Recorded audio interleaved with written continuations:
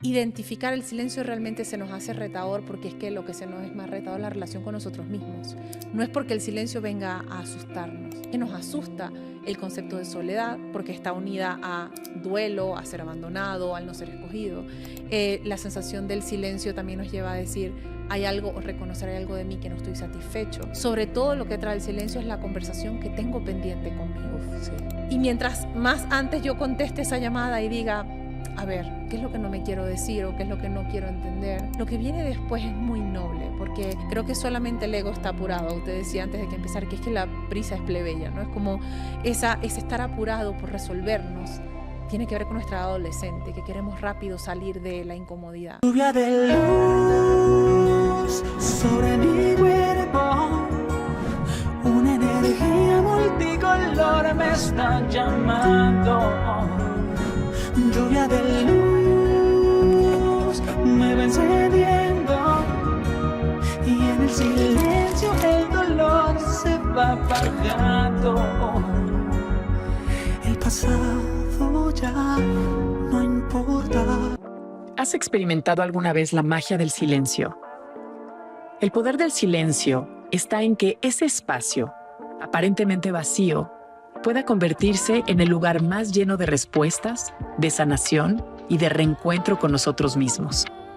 Catalina Gorke es psicoterapeuta, life coach especializada en neuroplasticidad cognitiva y maestra de meditación. Durante los últimos 20 años ha recorrido un camino de transformación profunda, guiada por la conexión con el silencio. Su búsqueda la llevó a la India, donde fue discípula del Dalai Lama.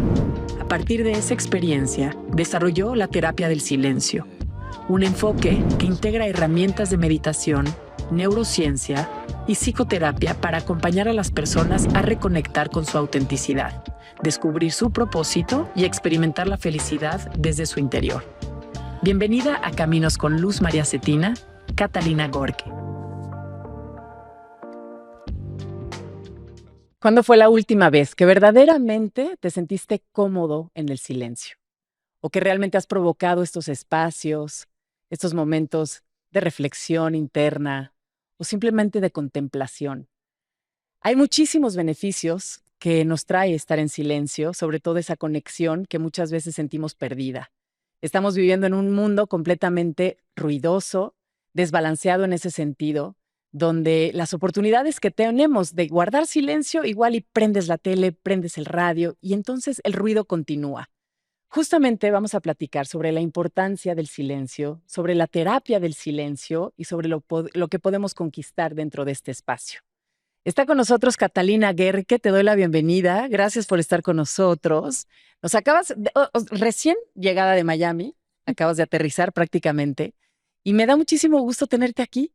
Muchas ¿Cómo estás? Muy contenta de estar aquí. Gracias por recibirme en tu mundo. Qué rico que estás aquí y tú nos vas a llevar a tu mundo, que es el silencio. Y me encantaría presumir, en primer lugar, que tú fuiste discípula del Dalai Lama por un tiempo y verdaderamente se nos antoja que nos cuentes un poquito sobre esa experiencia, cómo llegaste a la vida de este ser humano tan maravilloso y sobre todo, cuáles son esas enseñanzas que se quedan y que permanecen en tu corazón hasta hoy. Bueno, esa pregunta siempre siento como que es más grande de lo que yo lo puedo explicar. Realmente fue un llamado de un montón de casualidades que me llevaron ahí. Fui habiendo estudiado psicoterapia de la contemplación y la persona que le tocaba mi espacio estaba embarazada y no podía ir a India y no tal. Y entonces me dijeron, bueno, te toca a ti. Ajá. Y yo mi hijo tenía en ese momento 7 años, era chiquito. Yo vivía en ese momento todavía aquí en Miami, bueno, allá en Miami. Ajá. Y fue ese salto al vacío de vencer la mamá que todo el mundo conocía y esta vida social súper estructurada y decir, pues me escojo no dejar pasar esta oportunidad. Y el susto era inmenso, por supuesto, porque él no vive en el Palacio de Buckingham, vive en una zona súper, súper remota en los Himalayas donde no se puede llegar ni en carro. Y ahí fue cuando dije, bueno, voy a por todas. No sabía que iba, pero iba por eso. Exacto, pero ¿qué significaba? Era ir en silencio, a estar en silencio, a servir en el monasterio. El monasterio tiene un área donde están recluidos los monjes en entrenamiento y donde reciben a laicos como yo que están estudiando no budismo, sino la psicoterapia budista o de la contemplación, donde lo que se hace es que se habla del estudio de la mente y de tu capacidad de observar tu sufrimiento y diluirlo desde esa mirada tan compasiva de ti mismo, ¿no? Entonces, uno realmente no sabe a lo que va, pero vas a desintegrar esas imágenes que tienes de ti y a renacer, en pocas palabras, ¿no? ¿Y este reto cuánto tiempo implicaba? Implicaba un mes y todo esto además significa que pues tienes una preparación previa y eres entrevistado y pasas por un montón de filtros a ver si tú realmente estás yendo allí por vocación o porque quieres estar cerca de un ídolo, ¿no? Y la verdad es que yo ni siquiera iba con la esperanza de que me tocara estar cerca, sino que nos escogieron de un grupo de 5.000 personas, fuimos preseleccionados y nada más éramos 40 que estábamos en ese espacio. Entonces durante el día lo que hacíamos era estudiar la mente y estudiar cómo es que el ser humano está tan relacionado, su primera relación es la relación que tiene con el sufrimiento de su vida, ¿no? Si soy el tercer hijo, si soy esta persona que a todo el mundo abandona, si soy este no reconocido, es como que siempre viajas al lado, no le cobran asiento en el avión, pero siempre viajas al lado de tu sufrimiento. Sí, es cierto. Y cómo irlo a desintegrar. Entonces, durante el día llevábamos ese espacio de estudio, de autorreflexión, no sé, aproximadamente 7 horas de meditación diaria y una vida muy austera. Y allí dentro de ese grupo, pues escogen a personas a hacer distintos servicios. Y a mí me tocó decorar altares y servir el té a Dalai Lama. Entonces ese era como mi karma. ¿Y podías tener una interacción, una conversación con él o no nada más? Te dejan entrar a todas las audiencias. Él habla muy poco inglés. El que era su mano derecha sí era la persona con la que yo más tenía la ventaja era como decir el vicepresidente de su gabinete, por decir así. Era la persona con la que yo más tuve interacción.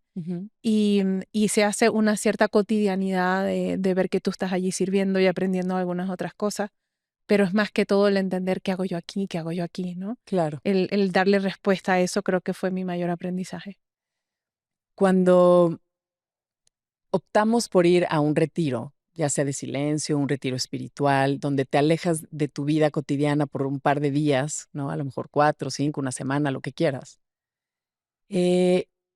Como que regresar a la vida cotidiana, a las tareas que esto implica y es raro, es diferente, como que te sientes medio, como que no te acoplas. Y luego ya te vuelves a acoplar al desbalance de la vida normal. Me imagino que para ti ha de haber sido un shock después de haber estado en esta profundidad de silencio, porque decir 7 horas meditando todos los días realmente es un clavado a tu interior muy, muy, muy profundo. Y entonces regresar a tu labor como mamá, a tu casa, a tu país o a tu ciudad donde estuvieras viviendo, ¿de alguna forma fue choqueante para ti? Sí, lo sigue siendo. Igual cuando llevo estos retiros de silencio y llevo a personas, no solamente vamos a todas partes del mundo, sino que también hacemos retiros ya en sitio, por decir así. No solamente cuando uno está como participante, sino también cuando eres guía. Es muy difícil regresar a la cotidianidad y convertirte en esta persona que habla de lo normal, ¿no? Del día a día, de la superficie. Y yo creo que es que en esos espacios donde uno se mira muy de cerca, puedes hacer algo que nunca le das prioridad, que es al y yo qué siento y yo qué necesito. Esas son preguntas que sobre todo nosotros las mujeres tenemos muy atrás dentro de la línea de prioridades. Y allí la única relación importante es la que tienes contigo. Es como, ¿a qué hora me quiero bañar? ¿A qué hora quiero meditar? ¿Me duele este dedo? ¿No quiero esto? ¿Quiero llorar por lo otro? Durante el día, si tienes ganas de llorar, pero tienes a tus hijos enfrente, te lo aguantas. Claro. Y si estás incómodo, pues no lo muestras. Y allí es tan diminuto el espacio en el que te puedes esconder de ti, que esa realidad después de cuando uno tiene que regresar al mundo y volver a llenarse de capas, creo que es la dificultad más grande, porque después uno extraña ese momento en el que estar contigo era un lugar primero difícil y después muy pleno. Renunciar a eso en el día a día creo que es lo más difícil y es la tarea de la que después tratamos de llevar ese silencio en pequeñas cuotas en la rutina para que la persona no tenga que olvidarse de sí mismo por completo, Claro. ¿no? Los monjes luego te dicen que, no sé, alguna vez entrevisté a algún monje tibetano y te dicen, bueno, es que el reto mayor es el que ustedes tienen aquí en la vida real, ¿no? En esta urbe, en este cotidiano, en tu trabajo, con tus hijos, con los retos mismos de la vida. Irte a meditar a donde elijas y estar lejos de pues de esta vida que tanto nos exige, podría ser un poquito más fácil una vez que te acostumbras a ese silencio del que hablas, ¿no? Ya que a lo mejor llegas a esta profundidad y dejas ese ruido mental de sufrimiento, te acomodas en ese espacio. ¿Cómo puedes entonces integrar? Que ahora vamos a hablar de la terapia del silencio y todas estas enseñanzas, pero ¿cómo integrarlo hacia la vida cotidiana sin perderte nuevamente de ti? Ese ejemplo que te dice el monje lo uso yo a diario y le digo a las personas cuando quieren huir, es que no importa qué tan lejos te vaya ese problema que tienes o esa condición en la que no has resuelto tu relación contigo te va a acompañar, ¿no? Y claro, irse como monje a uno de estos sitios, allí no se paga impuestos, allí no tienes niños que te piden nada y no tienes pareja que tienes que tener un diálogo constante. Y sí es una renuncia, pero es una renuncia que dentro de todo nos da alivio.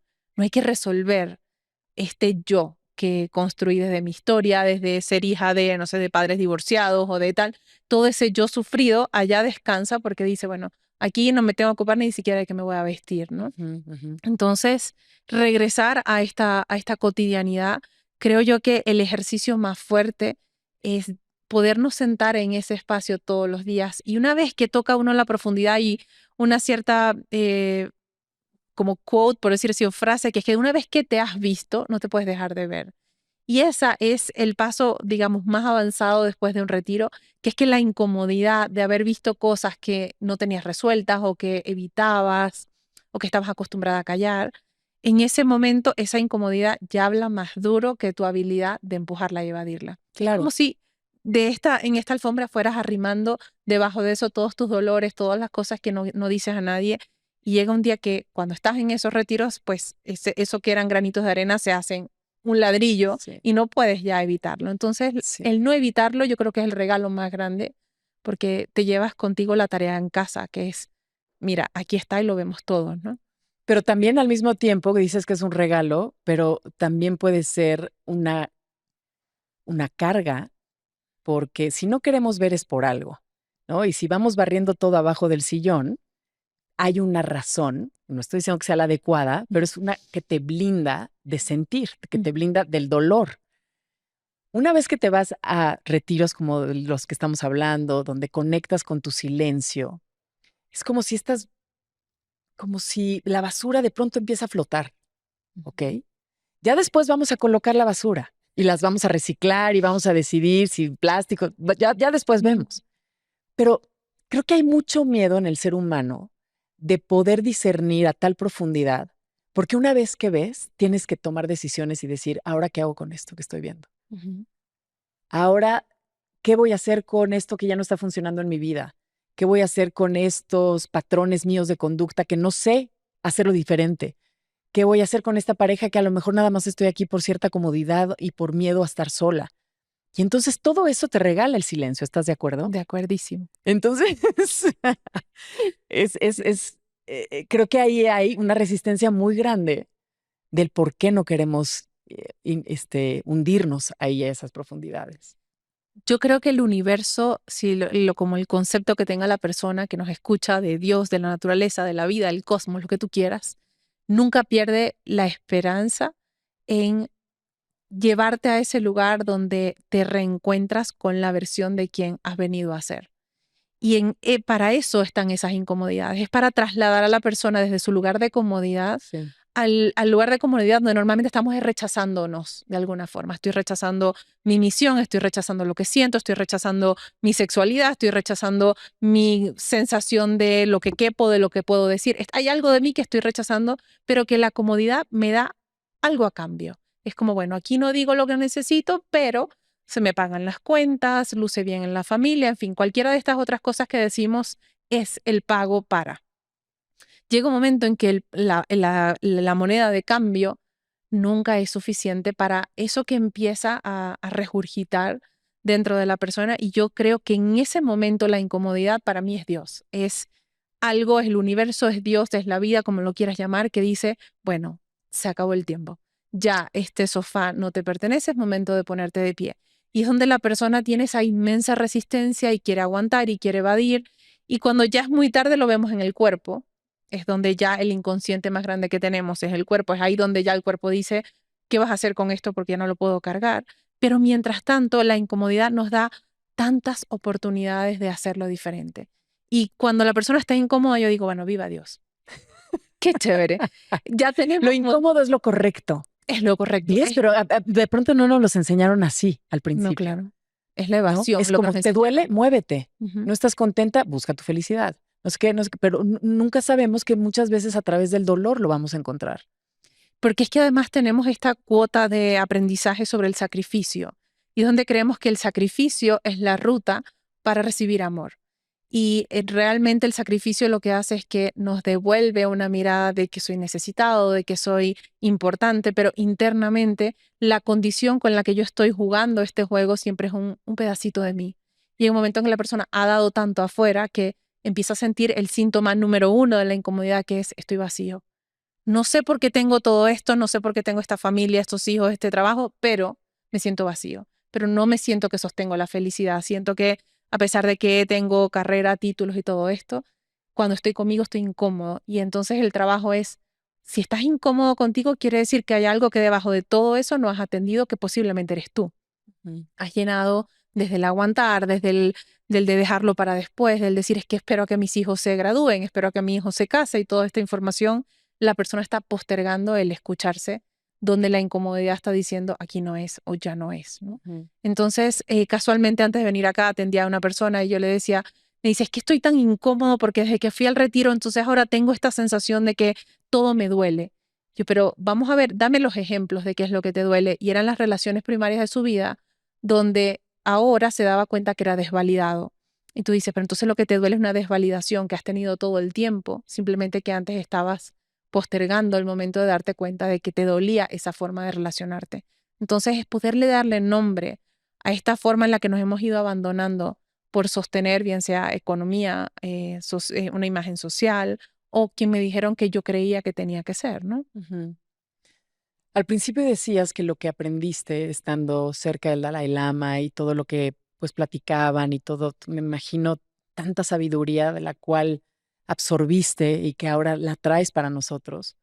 Hablas mucho sobre nuestra mente, ¿no? ¿Cómo el dolor humano alberga aquí adentro con lo que creemos de nuestra historia, con lo que nos lastima de nuestro pasado, con la insuficiencia que muchas veces percibimos, que sentimos que tenemos? Y todas estas mentiras que podemos llegar a contarnos, ¿ok? A través de la terapia de silencio que tú enseñas, ¿es un entrenamiento mental al que nos invitas?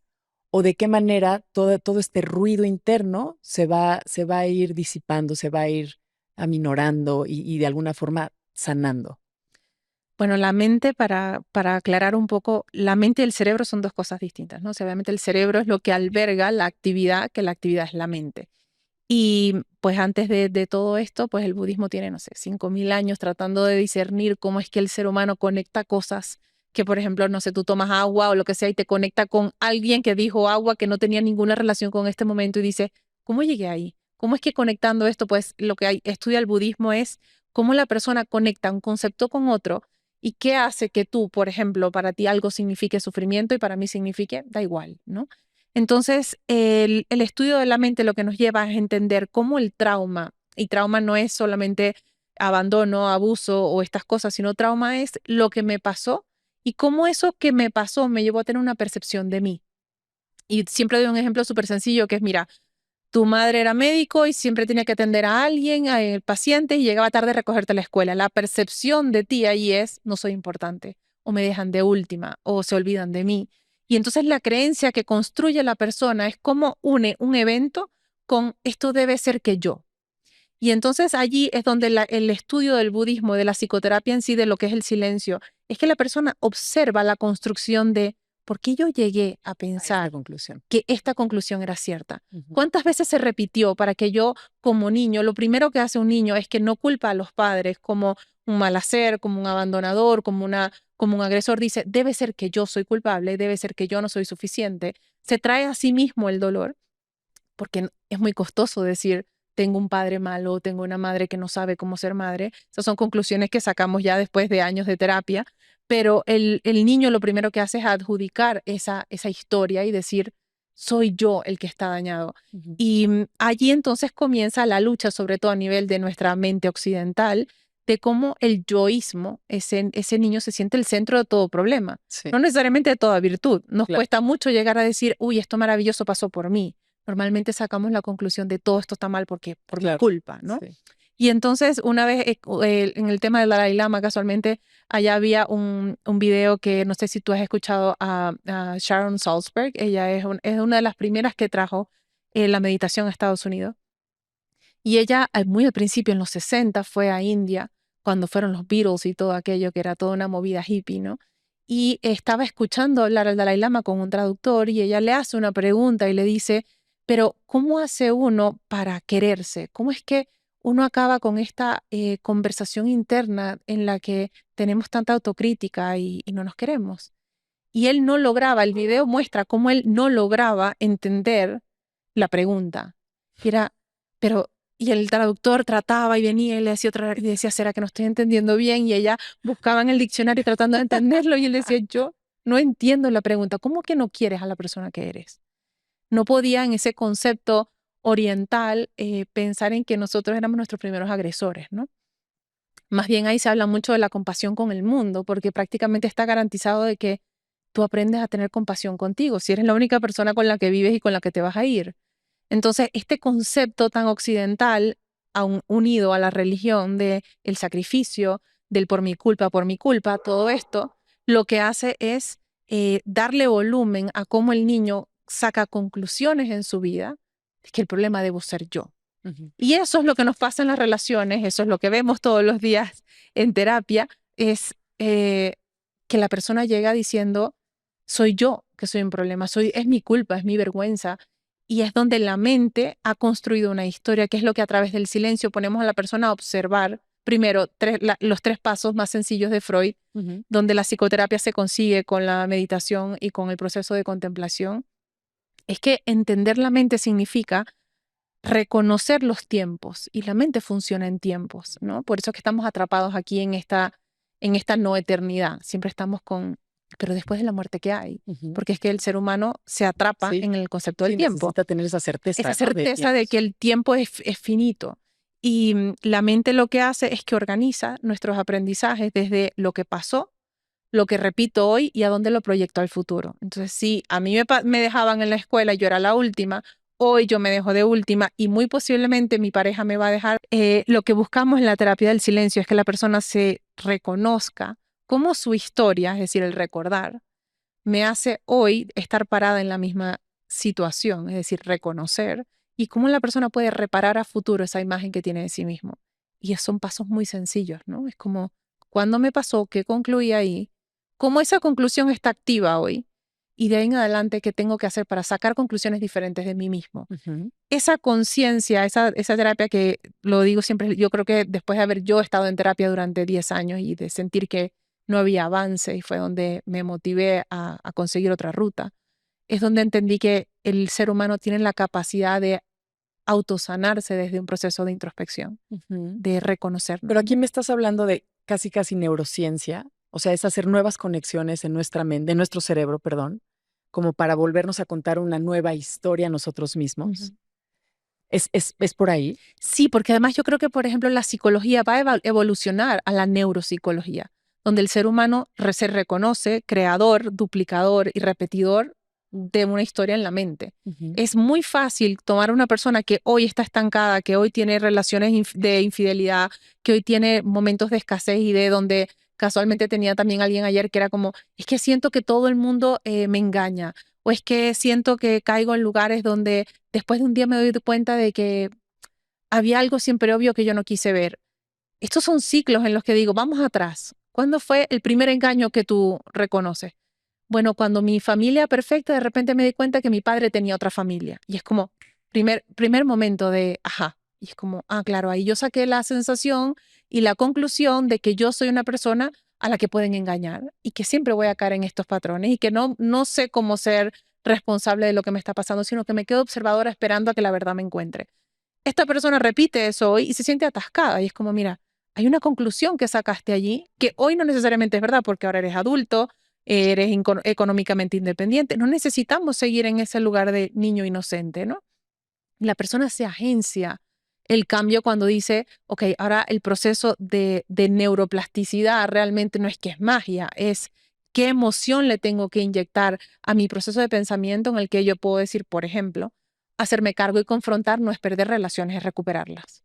Ya ese nuevo concepto de yo estoy a cargo de cómo yo pienso y me relaciono con las personas o cómo la realidad cambia en función de mi capacidad de afrontar, cambia totalmente la percepción de cuando era niño, por ejemplo, y esperaba que repetir la misma función de la madre, que era esperar, evadir, hacerse que no le estaba pasando nada, ¿no? Entonces, sí, la neurociencia, yo siento que va a incorporar la neuropsicología como la capacidad que tenemos de cambiar la identidad que construimos en la infancia de este niño, bien sea abandonado o víctima, y hacernos totalmente responsables de la persona que queremos ser. Ok, entonces, tu invitación es al silencio. En la mente hay muchísimo ruido. Para formularnos nuevas historias y verlas desde otra perspectiva, claro que necesitamos utilizar pues nuestras creencias y nuestra razón, ¿no? Como para empezar a dibujar estos nuevos carriles de los que estamos hablando. ¿De qué manera entonces nos ayuda el silencio, nos asiste? Es como para poder, eso que ha silenciado durante mucho tiempo, nuestras propias heridas que no queremos tocar ni ver, el mismo silencio va a llevar a flote esto que sí nos lastima y entonces después, a través de la psicoterapia o la neuropsicología, empezar a sanar todo eso a nivel conciencia. ¿Sabes lo que te quiero decir? Porque tanto está a nivel subconsciente, hay tanto ahí, pues el 90 y tantos % de cómo reaccionamos en el día a día está a nivel subconsciente. Entonces, es grueso este puente del silencio con algo que ni siquiera nos damos cuenta que está haciendo ruido, como tenemos allá la bodega, ¿no? De todo lo que nos ha pasado, pero al mismo tiempo, aunque no lo vemos y esté en esa oscuridad, es lo que nos hace ser lo que somos. Correcto. Y reaccionar ante todo como reaccionamos. Entonces, ¿cómo vamos a acceder a través del silencio a toda esta magia y empezar a ver los cambios? No sé si tuviste una película de la que se llama La última sesión de Freud, es increíble. Y allí él tiene una conversación con C.S. Lewis en estas últimas encuentros de ellos dos, y él le dice, en un momento hay una explosión, y el C.S. Lewis se asusta un montón y se esconde y sale como extra en este pánico, y después le dice, discúlpame, es que yo estuve en la guerra. Y él le dice, no hace falta que me lo digas porque todo tu comportamiento me lo está contando.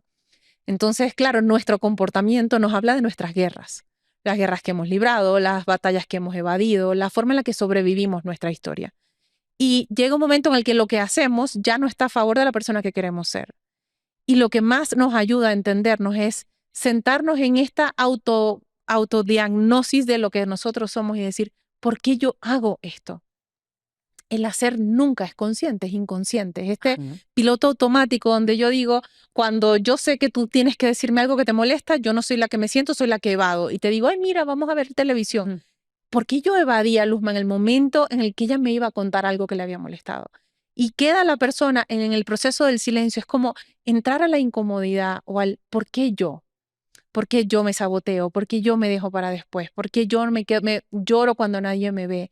El silencio tiene la capacidad, pues no es un silencio simplemente de la estratosfera. El silencio realmente lo que busca es que la persona aísle su conversación de todos los días y se siente con el ejercicio. Son 15 minutos diarios y parece que estuviéramos diciendo no vete a un monasterio. No, allá lo que no vas es a pagar cuentas y a no ver a tus hijos. Es mucho más valioso hoy tener la capacidad de sentarme con la persona que soy, no con la que quisiera ser, con la persona que soy. Me siento y digo, ¿por qué será que yo? Punto suspensivo. Y sentarme allí, yo lo primero que le digo a la persona es, muéstrame dónde está tu incomodidad. Está en mi relación de pareja, está en la relación con mis padres, está en la relación con el dinero, está en el lugar en el que me pongo cuando estamos conversando, cuando tengo que decir lo que me pasa. Cuando la persona determina, siempre sabemos lo que nos duele. No sabemos por qué, pero sabemos qué. Y la persona se sienta en qué es lo que me duele, qué es lo que me molesta, las parejas que escojo, que busco personas que tienen a alguien más y soy ese segundo. Siempre tenemos un dolor perenne que nos acompaña de distintas maneras en los sistemas de nuestra vida, porque nunca es aislado. No es como, a mí solamente me pasa en las parejas. No es verdad. También te pasa con tus amigos, también te pasa con tus hermanos, porque es que no somos tantas personas diferentes, somos siempre el mismo, activando distintas partes de nuestra historia. Entonces, ¿cuál es esa parte de ti que no has logrado descifrar? Muchas veces ¿por qué esta terapia es distinta a los procesos terapéuticos tradicionales? Porque es que la persona, inclusive al terapeuta, le miente. Porque se activa la vergüenza, activan los filtros Sí, de sigues en el personaje. el Estás personaje. interpretando. No quiero que tú sepas que a mí me pasa y esto, o me da vergüenza que tú Sí, sepas. sí, Entonces, sí. uno como terapeuta, pues tienes una caja de herramientas con 3 bisturís y 2 cucharas, pero la realidad es que la persona llega un momento en que dice, no me puedo mentir más. ¿Por qué? Porque es que yo me estoy escuchando. Entonces, lo que buscamos en el silencio es que la persona escuche sus verdades y sus mentiras. Y llega un momento en el que entre las verdades y las mentiras aparece esa parte que nosotros llamamos la sanidad brillante. Y el dibujo, si tuviera aquí una pizarra, es que el ser humano, es decir, la mente, es 90% claridad y tenemos nada más un espacio de dolor que es el 10%, que es donde está el trauma, la parte de mi herido, donde yo siento que soy víctima, que no puedo. Y lo que hacemos en este proceso es que migramos a la persona y separan el 90% de sí mismo en la parte que está sana y se observa y dice, ¿por qué yo estoy atrapado allí? Lo que desarrollamos en este método es que la persona se observe pensando, se observe haciendo, se observe sintiendo.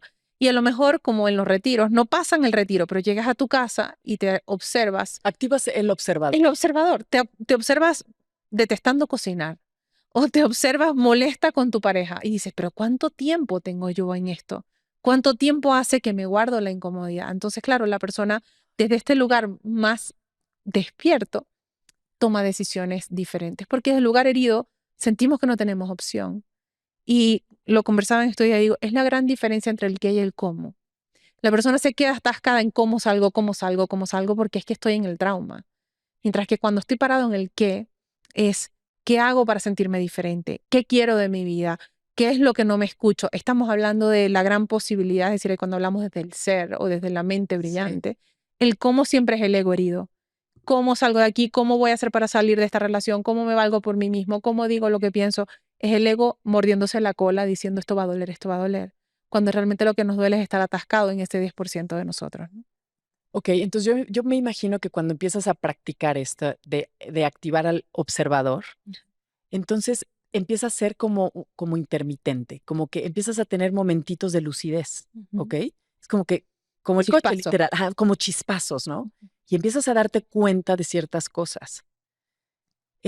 Seguramente desde tu experiencia te habrás dado cuenta que los seres humanos preferimos como mejor volvernos a meter al caparazón. Sí, sí. Y esos, porque justo se está activando el ego de decir, a ver, me estoy dando cuenta por primera vez de esto, que son patrones en mi vida, y me estoy dando cuenta también que me duele, pero claro, prefiero callar, prefiero asumir que así va a ser, porque ya tengo la disciplina y la práctica de vivirlo así.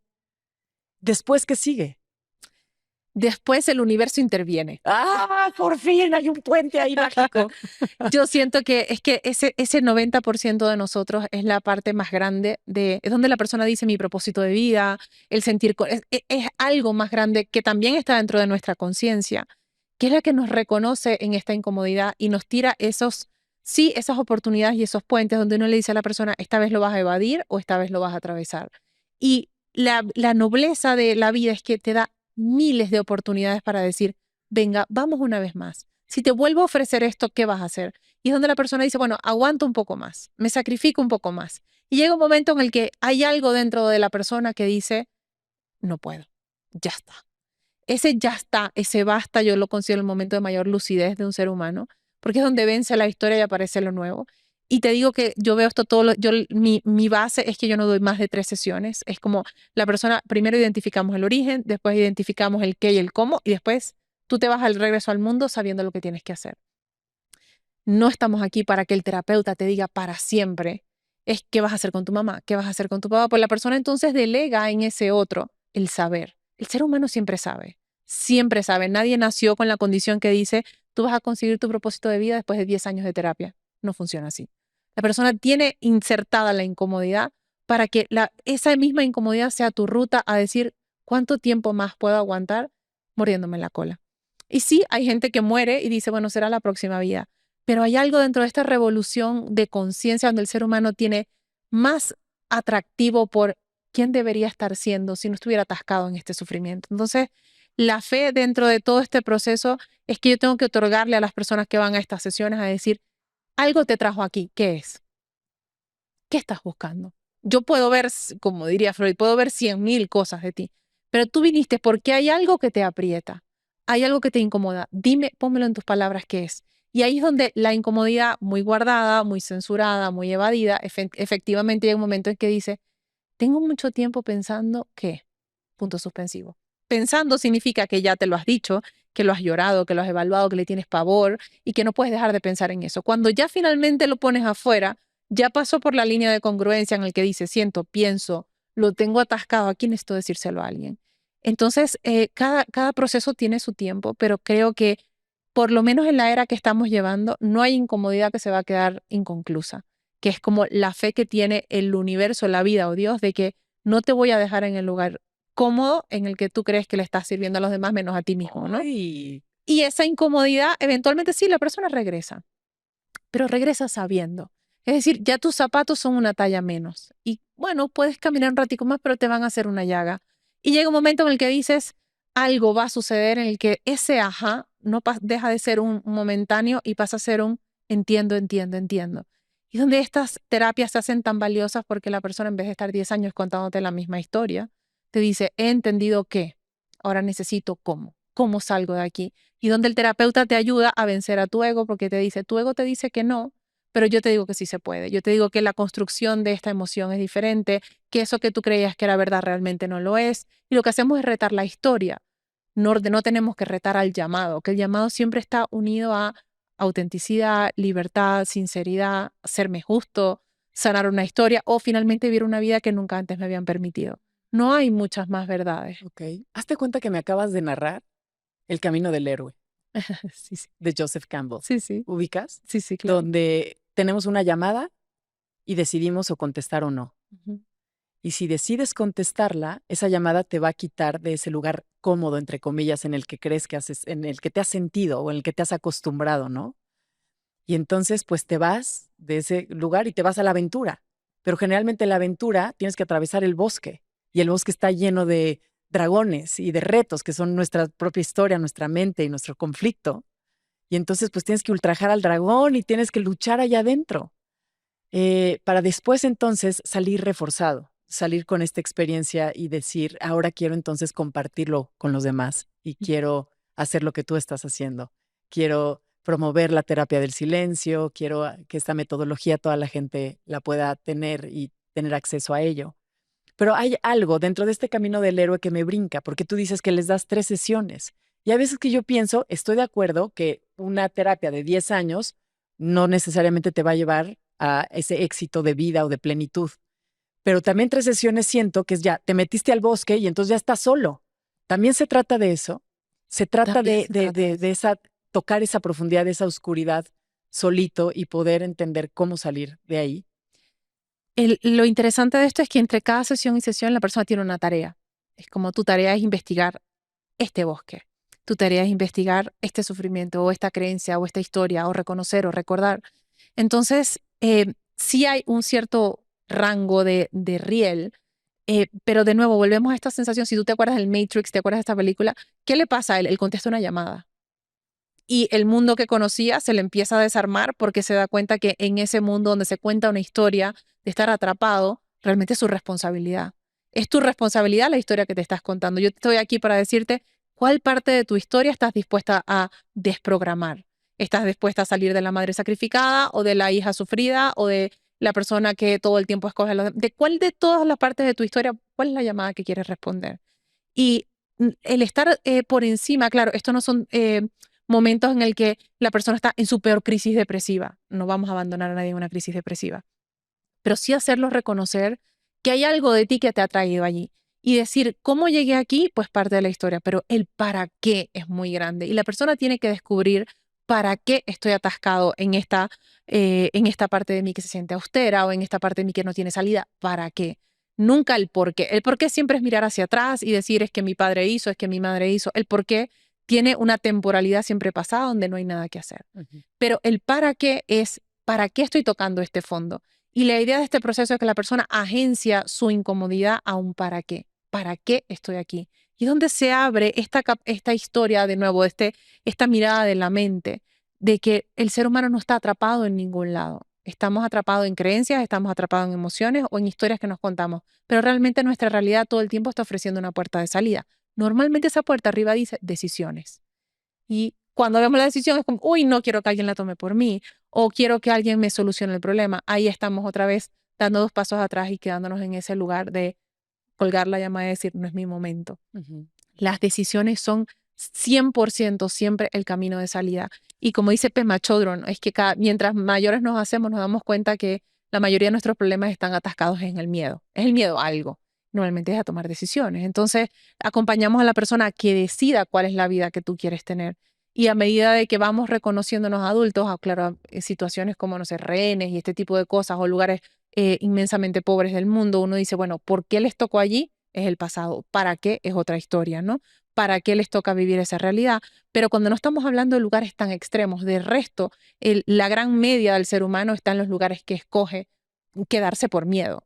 Y el descubrir para qué estoy escogiendo este miedo también nos ayuda a decir para qué voy a atravesarlo, ¿no? Claro. Si el recurso del silencio es tan retador, ustedes de alguna forma pueden también enseñarnos a través de la escritura, de tareas que te hacen también llevarte a esta reflexión o a este espacio, ¿no? O definitivamente para ti es el silencio sí o sí. Creo que el silencio tiene muchas caras. A lo mejor el silencio es estar conmigo manejando, llevando a la escuela de mi hijo sin poner un podcast. O es decidir cocinar yo y no que me cocinen. O es decir, no voy a esta fiesta o a este ruido y me quedo conmigo. Identificar el silencio realmente se nos hace retador porque es que lo que se nos es más retador es la relación con nosotros mismos. No es porque el silencio venga a asustarnos. Es que nos asusta el concepto de soledad porque está unida a duelo, a ser abandonado, al no ser escogido. La sensación del silencio también nos lleva a decir, hay algo o reconocer hay algo de mí que no estoy satisfecho. Sobre todo lo que trae el silencio es la conversación que tengo pendiente conmigo. Sí. Y mientras más antes yo conteste esa llamada y diga, a ver, ¿qué es lo que no me quiero decir o qué es lo que no quiero entender? Lo que viene después es muy noble porque creo que solamente el ego está apurado. Usted decía antes de que empezar que es que la prisa es plebeya, ¿no? Es como ese estar apurado por resolvernos tiene que ver con nuestra adolescente, que queremos rápido salir de la incomodidad. Sí. El adulto que somos debería tener la capacidad de reconocer lo que le duele, entender qué lo origina y abrir la conversación consigo mismo de qué estoy dispuesto a hacer con esto. Y es donde el silencio es muy noble, porque cuando estamos allí no tenemos apuro. Es qué tan dispuestos estamos a abrir el paréntesis, cancelar una fiesta, cancelar una llamada, y hoy me voy a quedar conmigo. El quedarme conmigo quizás es la deuda más grande que tenemos, porque es que escogemos a tantas otras personas antes de escucharnos. Y es retador, pues es retador si lo estamos viendo como tengo que apagar todo, apagar el teléfono y no saber del mundo. Pero también podemos darle canales como te digo, no poner nada en el teléfono, no ir corriendo, borrar Instagram el fin de semana nada más y decir voy a quedarme con no sé qué hacer conmigo, no sé cómo complacerme, no sé cómo llevarme a comer, no sé cómo sentarme a comer solo. Tengo muchas personas que ejercicio 1, anda a tomarte un café solo. Se eleva el cortisol y la persona tiene unos nervios y una zozobra inmensa porque ¿qué van a pensar de mí? Nadie te está mirando. Eres tú mirándote a ti mismo, sintiéndote inadecuado. Entonces, son pequeños ejercicios que, por ejemplo, las personas que van a nuestros retiros, tenemos un retiro al año que normalmente es un destino. El año pasado fue Japón, anterior fue India, Nepal, y casi todos son personas que nunca han viajado solas. Y el pánico solo de salir de su casa y llegar al aeropuerto, montarse en un avión, ya esa es la angustia más inmensa. Es cómo voy a hacer, cómo voy a poder. Después se dan cuenta que hay otras 5.000 personas viajando al mismo tiempo, ¿no? Oye, así como hablas de ese miedo al impacto de estar con uno mismo cuando no tienes esta costumbre y este hábito, dime si alguna vez te ha pasado o has escuchado que luego disfrutas tanto tu espacio contigo misma Sí. que entonces ya te da miedo decir, ay Dios mío, ya soy inadecuada, ya socializar ya me da flojera, es que me gusta sentarme, meditar y entonces tengo estas reflexiones y entonces me pongo a escribir, pero entonces mi tecito, todo eso también empieza a suceder. Sí, sí. Y entonces a mí de pronto, como que yo me obligo a empujarme a la puerta. O sea, Sal al ahora punto. háblale a alguien, sigue tus redes sociales que no has visto qué ha pasado. O sea, entonces, ¿qué habrá peligro de irte al extremo? ¿O tú crees que esa relación con nosotros mismos nunca va a ser, o sea, nunca va a ser suficiente? ¿Qué No sé si opinas? peligro. Yo creo que dentro de todo es una compensación quizás de todo el tiempo en tu historia, por ejemplo, que tuviste que darle cara al mundo y sonreír y salir bonita y ser vista y ser aprobada. A lo mejor es una compensación en el que ahora me toca. Uy, pues me quedan como 20 años entonces de Bueno, compensación. imagínate, te queda un montón de tiempo de autodisfrute. Yo, por ejemplo, en el caso de que trabajo con tanta gente y siempre digo que escucho sufrimiento humano, hay días que digo, no quiero ver a nadie, no quiero saber de nadie, no quiero que ya nadie me llame a contarme que le duele una uña, porque es como que se activa ese rol terapéutico. Claro. Y haciéndole propaganda a mi hijo, siempre dice, por favor, no me trates como a uno de tus pacientes. Porque yo empiezo, ¿qué te hace sentir? Y él hace, stop. No quiero que me preguntes, quiero contarte. Ajá. Entonces, sí creo que se nos activa cuando salimos al mundo, se nos activa el personaje y quedarnos con la persona es una aventura que para mí es, creo que el proceso más grande que tiene el ser humano. Ese creo que es realmente el héroe, cómo estoy tan a gusto conmigo que después me permito escoger Exacto. con quién paso el tiempo y cómo lo paso, ¿no? Claro, porque si lo pensamos finalmente, bueno, pues llegamos aquí solos y nos vamos a ir solos. Ujú. Más vale que empecemos a disfrutar de nuestro ser, de nuestra presencia, de nuestra conversación interna, de nuestro café, ¿no? Sí. Porque sí, tienes toda la razón y te lo juro que ahora que estaba mucho tiempo sola, yo decía, Dios mío, haz algo por ti, Luz María, en buena onda, te estás quedando sin amigas.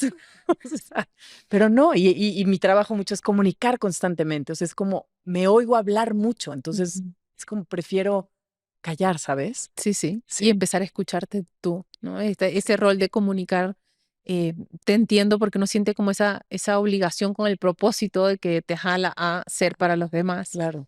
Y creo mucho que a medida de verdad creo, uno ve el mundo que le están pasando muchas cosas, ¿no? Pero también en los momentos de crisis creo que es la oportunidad en que la conciencia revuelve y saca lo mejor que tenemos. No necesariamente lo veo como un proceso de autodestrucción para siempre, lo veo como una depuración. Y el hecho de que las personas estén regresando, teniendo tantísima oportunidad de distracción y teniendo tantísima oportunidad de llegar a un terapeuta, a un coach y contarle el 20 años la misma historia, decir, un momento, no quiero depender de que alguien me saque de mis sufrimientos, no quiero depender de que alguien me entretenga de mis incomodidades. Eso tiene que ser un llamado evolutivo, un llamado que inclusive parte de todos estos procesos es recordar a la gente que tus hijos te están viendo ser. Y si tú estás en una relación abusiva o estás en una relación en la que te pones de última y le dices a tus hijos, yo no quiero nunca que a ti te pase eso, pero le estás mostrando que tu pie está amarrado a la silla, pues adivina qué van a hacer. Van a Total, buscar una silla y van a buscar cómo amarrarse. sin duda. Entonces, no es lo que decimos, es lo que hacemos, lo que empieza a corregir ese mundo que creo que todos queremos habitar, ¿no? Se dice que estamos viviendo una época muy importante a nivel espiritual, que hay mucha búsqueda, pero ahorita es un muy buen momento como para llegar y transformar mucho más rápido. Ujú. ¿Has escuchado como este paradigma Sí, y lo crees? O sea, tú que estás en contacto constantemente con personas que están buscando una evolución, ¿puedes sentir que sí hay un shift, como que una aceleración en este sentido? ¿Y por qué sería? creo que la aceleración pareciera, bueno, te diría el Buda que el problema es que creemos que tenemos tiempo, ¿no? Creo que pareciera que da esta sensación de que se nos está acabando el tiempo. Y yo no sé si se nos está acabando el tiempo de hacernos los tontos y de que sentir que es que las cosas nos pasan y no tenemos opción. Y estamos llegando a esa etapa en la que nos damos cuenta de que somos 90% responsables de la realidad que construimos, ¿no? Y creo que esa es la aceleración, que la persona empieza a darse cuenta que no es lo que le pasa, es lo que inyecta a su realidad y que la realidad tiene pues una gasolina interna que soy yo. Ujú. Y solamente así podemos pensar que el proceso evolutivo tiene futuro, Ok. porque a ver si nos vamos hace 100 años, 200 años atrás, creíamos que el futuro era alguien que nos venía a salvar, ¿no? Que alguien que te venga a liderar, alguien que te venga a decir por dónde. Y mucho de este proceso es decirle, la persona que te va a decir por dónde eres tú mismo. Es ese 90% de ti que está muy bien, que te está diciendo, aquí no es, aquí no es. Y es donde empezamos a diferenciar el llamado para mí espiritual es hacerle caso a esa intuición o lo que yo llamo la sabiduría interna. Claro. ¿Cómo le escucho? Bueno, el ego siempre te va, de nuevo, te vuelve a decir cómo, y la intuición te dice qué quiero, qué necesito, para dónde voy. Esa pregunta tan grande que normalmente la hemos dejado a que tus padres te digan quién tengo que ser, qué tengo que hacer con mi vida, qué es lo correcto. La persona se lo empieza a hacer a sí misma, donde estamos trayendo esa parte de nosotros divina o ese Sí. despertar de que Dios realmente está en un pedacito de cada uno de nosotros. Tenemos un propósito de vida y claro, tenemos la idea de que el propósito de vida es ser famoso, ser speaker, ser un Kardashian o lo que sea. Eso es desde el ego. Ese desde el ego es el cómo hago para ser visto, cómo hago para tener más, cómo hago para ser reconocido. Estamos hablando del trauma, estamos hablando de la persona en ese 10% de sí misma mordiéndose la cola y diciendo, ¿cómo es que salgo de aquí? ¿Cómo es que salgo de aquí? Pues tengo que hacerme famoso, tengo que tener tanto, tengo que... Y esa conversación no es realmente el propósito sí está en ese llamado que te hace olvidarte de quién aprendiste a ser y te lleva a convertirte en una persona diferente. Y es donde digo, cada uno de nosotros tiene una misión y la misión no tiene que ver con si eres visto o no, es cuántas partes de ti logras recuperar en esa totalidad o es en esa plena aceptación de quién soy, ¿no? Pero es un viaje contigo y estas Sí. preguntas son hacia adentro y las conclusiones a las que llegas muchas veces se pelean, entre comillas, con lo que se esperaba de ti Ujú. o de esa foto que a lo mejor era perfecta ¿sabes? Esas expectativas externas. Y muchas veces nuestra misión o nuestro propósito va muy alejado de lo que el mundo externo te está llevando a creer que es. Entonces yo creo que ahí está como las piezas como disasociadas o que no logramos entender que tu propio camino te está llevando hacia un lugar que muchas veces es incompatible con lo que la sociedad, tu familia Ujú. o tus propias ya hábitos te están llevando a hacer. Entonces, me encanta esa invitación de regresar hacia ti, de volver a casa contigo y de hacerte caso a ti, porque entonces ahí no nos vamos a equivocar, aunque pareciera que estás dando caminos donde estás salpicando lodo porque la gente podrá criticarte o podrá analizar que para qué estás haciendo algo, ¿no? Ujú. Entonces es un reto muy particular al que nos invitas y es un reto de vida que sin duda queremos seguirte y saber en dónde podemos encontrarte, Catalina, para pues entender mucho más sobre esto y si estamos interesados también en esta terapia de silencio, cómo iniciar, ¿no? Guíanos hacia cómo podemos ir y buscarte o seguirte en redes. Bueno, en Instagram es la única red donde nos da tiempo a sostener la conversación, que es @InTheNameOfSilence, que es en el nombre del silencio en inglés. Y en nuestra página web, que es InTheNameOfSilence.co, donde están todos nuestros programas. No solamente la terapia es estas 3 sesiones, sino también la hemos llevado a espacios grupales, que obviamente me da más el brazo y el espíritu para sostener que de uno en uno. Claro. Y lo que tiene muy lindo las sesiones, los programas grupales, es que la persona también sana escuchando a otro decirse las verdades, ¿no?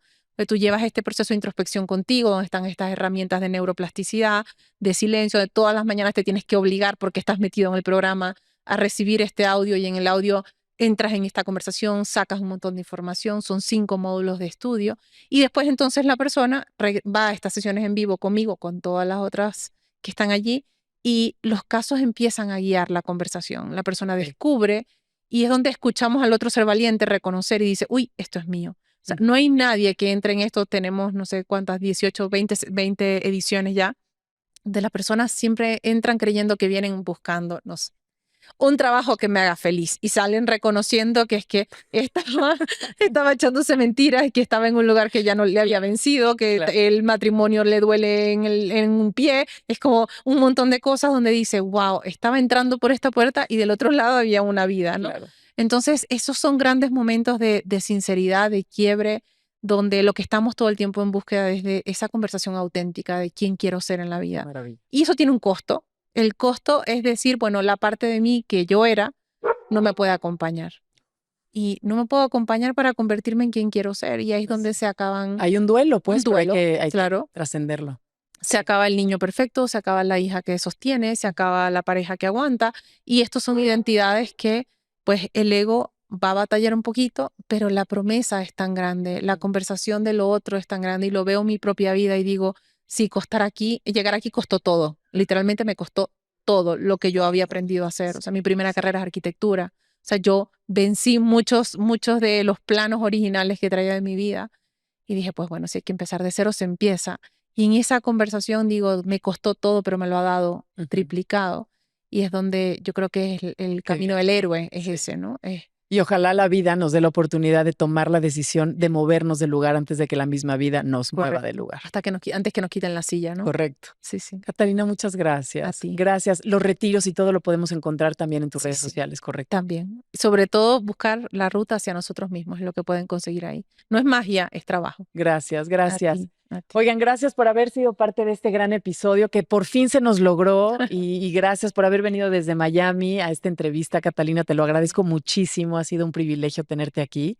Si te gustó, te pido que compartas este contenido que hay que compartir justo, ¿no? Muchas veces tenemos una receta deliciosa y entonces la cocinamos para nosotros. No, hay que ser generosos y por favor compartir este contenido y por favor también pícale a la campanita para que semana tras semana te llegue todo el contenido que con amor estamos haciendo para ti.